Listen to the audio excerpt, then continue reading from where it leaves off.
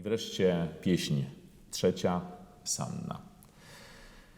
To już zupełnie inny krajobraz niż ten z pierwszej zielonej pieśni. Wspomnienie spokoju, ciepła domowego kominka, melancholijnych mgieł nad Wilią i marzenie o ukochanej. Niezwykle sugestywne wyobrażenie romantycznego kuligu, z nią podkreślenie rozwijającej się dynamicznie muzyczną narracją. Poczucie szczęścia podczas przejazdu saniami pod ostrą bramą i otwierającym się nad nią gwiaździstym niebem. Tak pięknie to Romuald Twardowski skomponował. Szczęście wprost kapie z tego fragmentu utworu. I nieuchronny powrót do rzeczywistości. Świadomość, że to tylko sen. Sen o ukochanym przez kompozytora Wilnie. Ja muszę się przyznać, że ta pieśń z tego cyklu najbardziej mnie ujmuje. Dla mnie największe znaczenie w tej pieśni mają właśnie te atmosfery. Oczywiście pracę nad pieśnią, jak każdym utworem innym wokalnym, musimy rozpocząć od bardzo dokładnego nauczenia się śpiewania w głos wszystkich dźwięków, wszystkich pieśni. Ja tak również zaczynałem pracę nad tą pieśnią. Natomiast potem gdzieś należy o tym zapomnieć i przede wszystkim skupić się na tej pięknej atmosferze. Kompozytor naprawdę w sposób taki, nie chcę powiedzieć wirtuozowski, bo to jest dość prosto napisane wszystko, ale w taki niezwykle czuły opowiada o zimowym pobycie swoim w jakimś swoim mieszkaniu. Nie wiadomo, to już prawdopodobnie nie jest dziecko, tylko to już jest jakiś młody człowiek, który gdzieś ze swojego domu z kominkiem obserwuje zaśnieżony krajobraz. Kiedy na willi zmierzch perłowy układa do snu szare mgły. To, co mnie również ujmuje w tekście, to są te wszystkie ły, które tutaj mamy przez poetkę wpisane w ten tekst. Kiedy na willi zmierzch perłowy, prawda, to nasze eł polskie to jest takie eł przechodzące przez w zasadzie samogłoskę u. I ja jestem absolutnie za tym, żeby to podkreślać, żeby się rozkoszować tym przechodzeniem właśnie przez samogłoskę u, czyli zmierzch perłowy, prawda, perłowy układa do snu szare mgły. Ale musimy bardzo uważać, żeby przez to nasze rozkoszowanie się tymi dźwiękami nie opóźniać całej frazy. Pianista nie będzie zadowolony, kiedy na przykład zaśpiewamy Kiedy na willi zmierzch perłowy. Tak nie możemy zrobić. Musimy sobie to przygotować. Kiedy na willi zmierzch perłowy. Prawda, żeby dokładnie na raz już być z tą samogłoską o.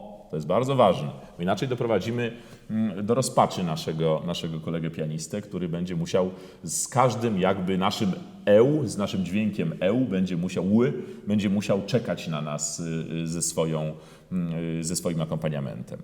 Perłowy układ. To tak samo tutaj układa do snu też jest bardzo ładne, prawda? Te szare mgły, one od razu nam się malują, jeżeli podkreślimy to w tym momencie. A do snu szare mgły.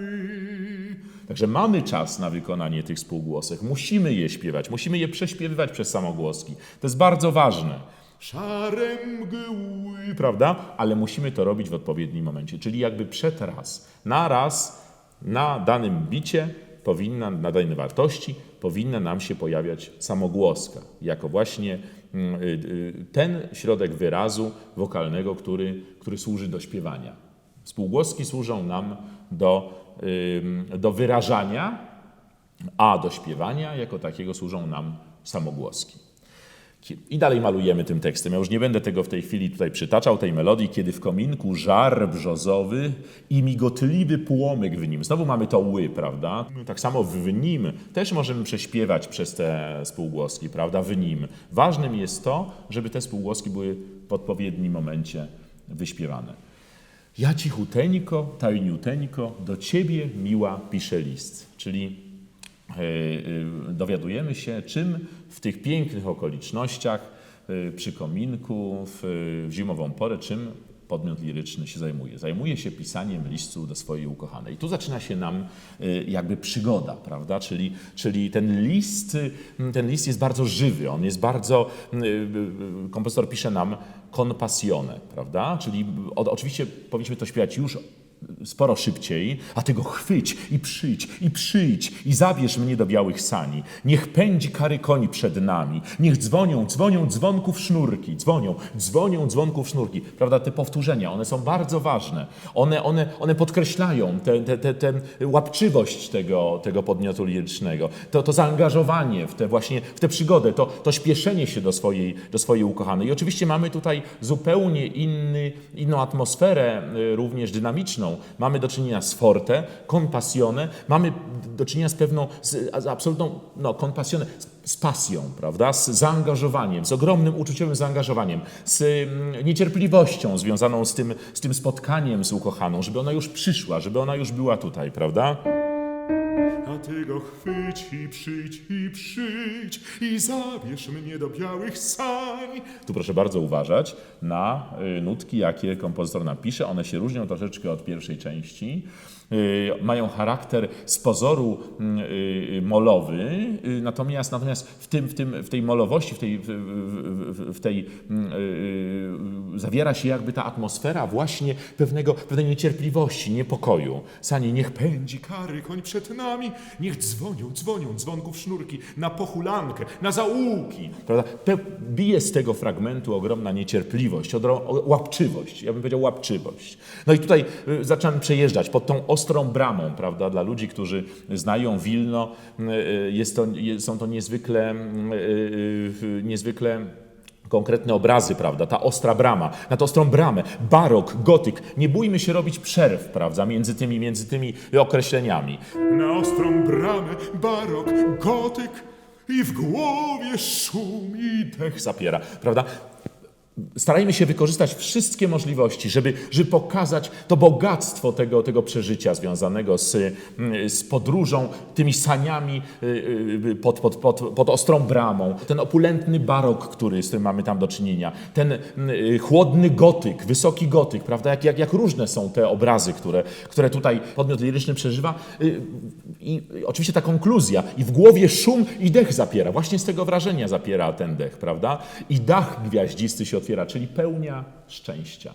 A kary koń unosi głowę prosto w to niebo szafirowe, unosząc nas i mgłę i wilię, śnieżyście biało i niewinnie, a przecie do utraty tchu. W zasadzie do końca tej frazy, do końca tej strony mamy do czynienia cały czas z opisem pewnej zaczarowanej sytuacji Kuligu z ukochaną, pewnego ogromnego bogactwa wrażeń związanego z tym Kuligiem. I proszę się nie bać tego powrotu do mezza piano, a kary koni unosi głowę prosto w to niebo szafirowe, Unosząc nas i mgłę i wilię.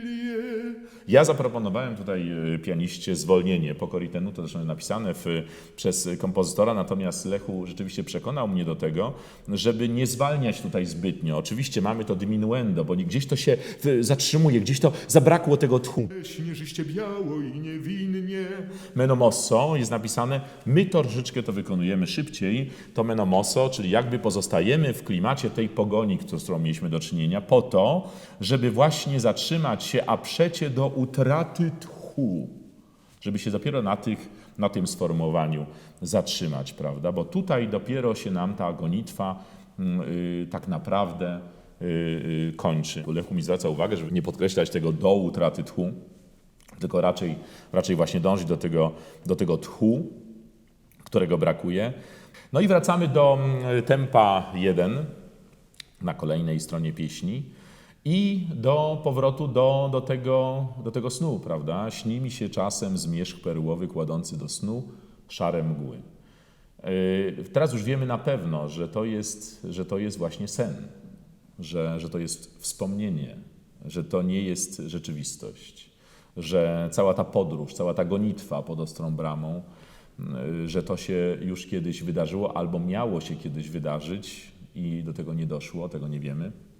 Znowu wracamy do tych atmosfer, prawda? Do perłowy, kładący do snu szare mgły, prawda? Śniliśmy się czasem zmierzch. To jest również bardzo piękny wyraz, trudny, diabelnie do zaśpiewania, prawda? Śni mi się czasem zmierzch perłowy, I musimy zdążyć przed raz, prawda? kładący do snu szare mgły. Możemy się pochylić nad każdą spółgłoską, proszę Państwa, nad każdą, tylko musimy starać się ją wykonać przed raz. W kominku płomień szczap brzozowych i śniegu szept. Tu możemy, prawda, pokusić się o szept rzeczywiście na tym wyrazie. Atmosfera nam na to jak najbardziej pozwala. I śniegu Szept w siarczysty mróz. tak samo ten siarczysty mróz to jest piano pianissimo, ale możemy również spróbować zrobić coś z półgłoskami, prawda? Śniegu szept w siarczysty mróz. R, możemy użyć R, czyli żeby siarczystość tego mrozu pokazać.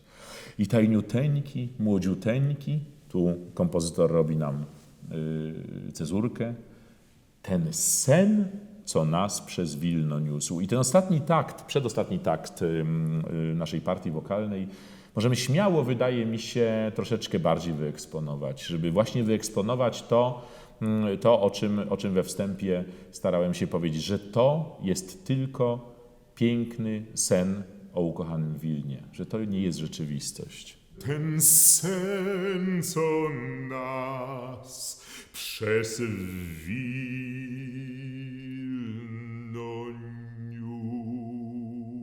niósł. Starajmy się śpiewać ostatnią nutę tak, żeby ona rzeczywiście znalazła swoje zakończenie w postaci spółgłoski S i potem eł na 4. Tak jak kompozytor chciał to właśnie, żeby było zaśpiewane. Także ten sen, co nas przez Wilno kompozytor również chce podkreślić, pisze fermatę. Jest to dla niego bardzo ważne miasto i bardzo ważna konkluzja, coś niedopowiedzianego w podtekście, że to Wilno jest już gdzieś daleko.